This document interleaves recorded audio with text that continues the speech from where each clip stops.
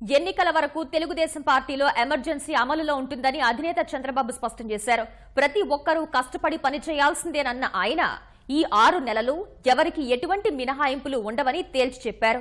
ప్రతి నియోజకవర్గంపై 5-6 నివేదికలు విశ్లేషిస్తున్నానన్న సీఎం అందుకు తగ్గట్టుగా కఠిన నిర్ణయాలుంటాయని హెచ్చరించారు. క్యాడర్ బాగుండి ప్రజల్లో పార్టీ పట్ల సానుకూలత ఉన్న కొందరు నాయకులు దీన్ని చెడగొడుతున్నారని అసహనం వ్యక్తం చేశారు. పార్టీ నేతలపై తెలుగుదేశం అధినేత చంద్రబాబు కొరడా ఝులిపించారు. అమరావతి ప్రజావేదికలో చంద్రబాబు అధ్యక్షతన తెదేపా సమన్వయ కమిటీ సమావేశం ప్రారంభమైంది. సమావేశంలో సభ్యత్వ నమోదుపై చర్చ చేపట్టారు. మందకొడిగా సభ్యత్వ నమోదు జరుగుతున్న నియోజకవర్గాల్లో ఇన్ఛార్జీలకు గట్టి క్లాసే తీసుకున్నారు. వ్యక్తిగత పనులుంటే ఎన్నికలు కూడా వాయిదా పడతాయని భావిస్తున్నారా అంటూ నిలదీశారు. గట్టిగా తిడితే ప్రజల్లో చులకనవుతారని ఊరుకుంటున్నారని, తిట్టకపోతుంటే మితిమీరి ప్రవర్తిస్తున్నారంటూ అసహనం వ్యక్తం చేశారు. ప్రజలకు పనులు చేసి మెప్పు పొందాలి కానీ పార్టీని మోసం చేస్తూ కాదని హితవు పలికారు.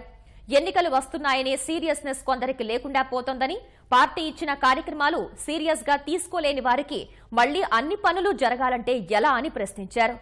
పనికి చేసిన వారికే ప్రాధాన్యత ఇస్తామని చంద్రబాబు స్పష్టం చేశారు.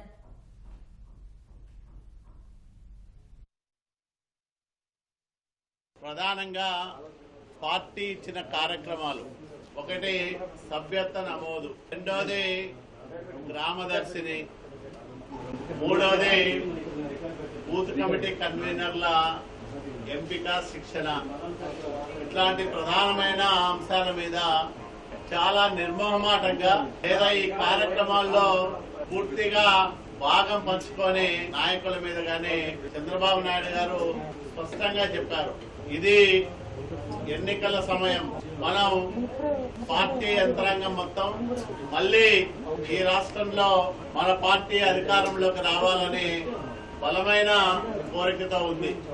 అంటే కార్యకర్తలు, మరోవైపు ప్రజలు సంతృప్తిగా ఉన్నారు. నాయకుల వల్ల చిన్న చిన్న సమస్యలు ఉత్పన్నమవుతున్నాయి కాబట్టి వాటన్నిటిని కూడా సరిదిద్దుకోమని స్పష్టమైన ఆదేశాలు ఇచ్చారు. జిల్లాల వారీగా సభ్యత్వ నమోదు వివరాలు నేతలు చంద్రబాబుకు వెల్లడించారు. సభ్యత్వ నమోదు మొదటి 3 స్థానాల్లో పశ్చిమ గోదావరి, కర్నూలు, కృష్ణా జిల్లాలు ఉండగా, నియోజకవర్గాల్లో అత్యధికంగా పీలేరు, అత్యల్పంగా నెల్లూరు గ్రామీణంలో సభ్యత్వం నమోదైంది. శ్రీకాకుళం జిల్లా నుంచి వరుసగా అన్ని నియోజకవర్గాల వారీగా సభ్యత్వ నమోదు విశ్లేషణ చేశారు.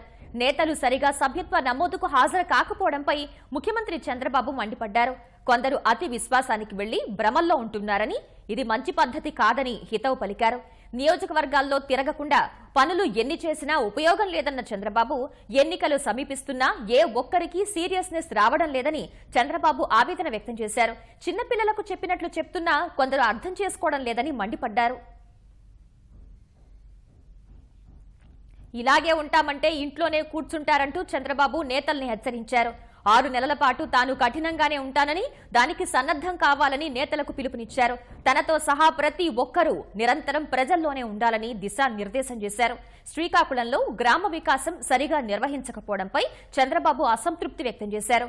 జనవరిలో జన్మభూమి మా ఊరులో నేతలంతా చురుగ్గా పాల్గొనాలని సూచించారు. త్వరలోనే 9 శ్వేతపత్రాలు విడుదల చేస్తున్నామన్న సీఎం జన్మభూమి గ్రామ సభల్లో వీటిపై చర్చించాలని నేతలకు దిశానిర్దేశం చేశారు.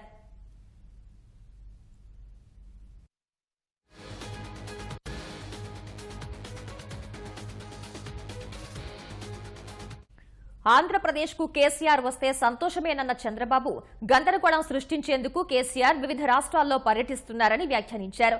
తెలంగాణ ముఖ్యమంత్రి తనకు రిటర్న్ గిఫ్ట్ ఇస్తానన్న వ్యాఖ్యలను సమన్వయ కమిటీ సమావేశంలో ప్రస్తావించారు. రానున్న రోజుల్లో దేశ రాజకీయాల్లో కీలక మార్పులు రానున్నాయని చంద్రబాబు అన్నారు. దీనికి మానసికంగా అంతా సిద్ధపడి ఉండాలని పిలుపునిచ్చారు.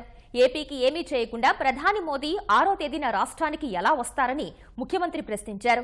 ఇదంతా ప్రతిపక్షాలతో కలిసి ఆడుతున్న డ్రామానేనని, దీన్ని ప్రజాక్షేత్రంలో ఎండగట్టాలని దిశానిర్దేశం చేశారు. ప్రజల్లో ఈవీఎంలపై నమ్మకం రావడం లేదని అభిప్రాయపడ్డారు.